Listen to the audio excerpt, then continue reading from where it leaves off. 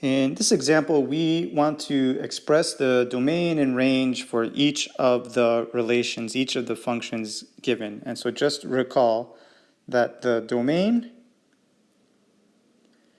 this equals the x-coordinates. These are what we consider the inputs in the function. And the range,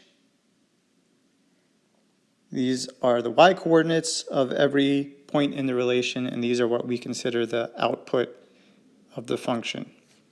So let's start with A, which is actually not a graph, but A consists of 4 different points, -2, 1, 1, 3, 2, 3, and 3, -1. So the domain is going to be the set of all of the x-coordinates.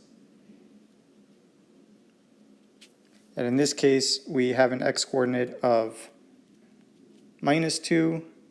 We have an x-coordinate of 1. One point has an x-coordinate of 2. And the last point has an x-coordinate of 3. And so since we have a list of 4 different x-coordinates, we put these in braces as opposed to using parentheses or brackets, which we use for a continuous interval of values. So there's our domain for the first function. The corresponding range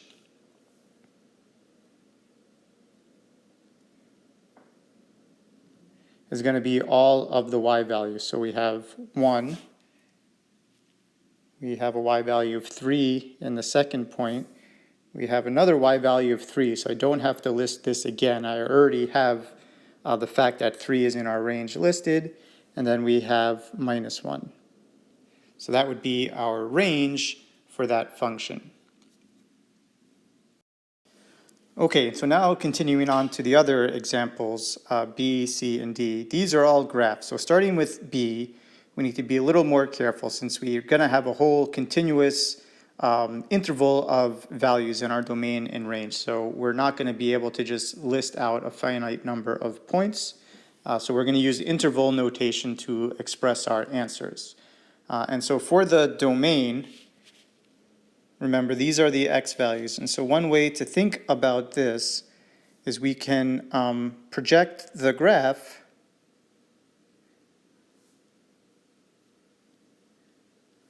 onto the x-axis, since we want to know the x value. So if I were to take this graph and smush it down onto the x-axis, and this part that is below, I smush it up onto the x-axis, and I look at where my graph is going to lie over the x-axis. So in other words, starting over here at 3, I would have all of these points from -3, x is -3, up to x equals 3, correspond to points on the graph of this relation. So looking at that interval in red, we can write this in interval notation as the set of values going from -3 up to 3. So that would be the domain of this function. The range we can do similarly, except now we want to figure out what are the outputs that come out of this, the y value. So the range we can find by projecting the graph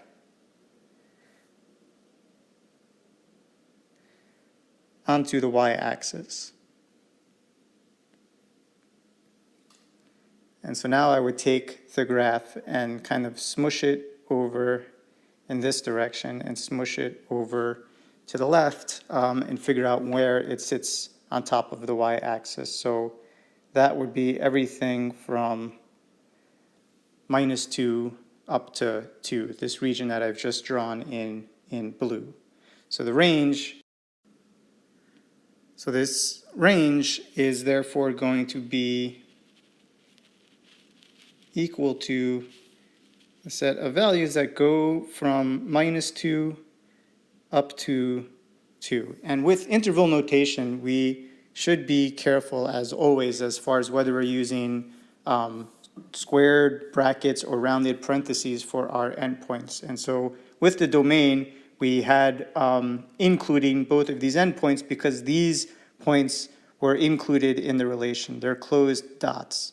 And for the range, we also include the endpoints -2 and 2 because there is a point on the graph which has an output of -2, and there is a point on the graph which has an output of 2. So we do want to include -2 and 2 in our range. And so this is telling us all of the y coordinates of the points in our relation. Coming over to C, the graph in C, we're going to do this the same way, and that is for the domain, we can project this onto the x-axis. And notice here that these arrows at the end mean we can assume the graph goes on in the same fashion, never ending. So that tells me that the x values are going to be everything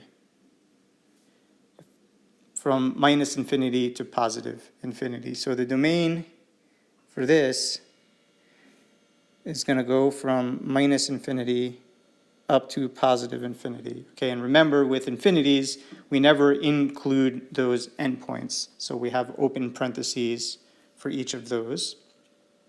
For the range, we can think about now projecting this graph onto the y-axis. And if I were to do that, I would start at the top value when y is 4, and I go off down forever. So the range goes off to -infinity, and it stops at 4, and I include 4. I put a square bracket there because that point is included on the relation. And I want to point out one thing that I often see is when we're listing these intervals, we always put the smaller value on the left and the bigger value on the right. So over here, I put -infinity on the left and 4 on the right. You should always be able to look at your answer and make sure that whatever you see on the right, that should be bigger than what's on the left. Okay, and now moving over to the last one. This one is the trickiest one. And so for the domain, I start over here when x is 0. And if I were to project this point, this piece of the graph onto the x-axis, it would come over, and then at 3, I have an open dot. And then it keeps going out and up to 6. So the domain is that interval that I've drawn on the x-axis. And if I want to write that in interval notation, I need to write this as a union of two sets. So here the domain would start at 0, including 0, go up to 3, excluding 3, and then I pick up again with values that are just bigger than 3, up to and including 6. So the domain would be everything from 0 to 6, excluding the value when x is equal to 3. For the range,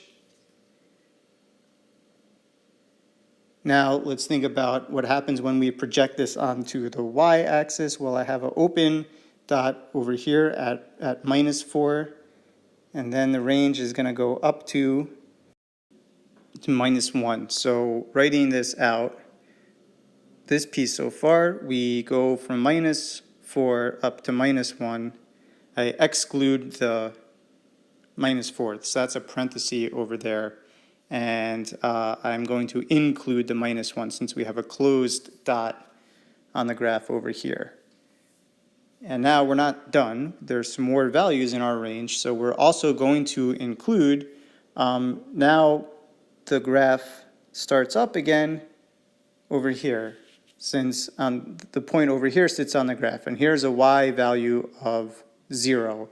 So my range is now going to start again when y is 0, including that, and it's going to go up to and include all of these y values stopping at 4. So scrunching this onto the y-axis, this is going to be all of the values from 0 to 4, including both of those endpoints. So here I go from 0 up to and including 4.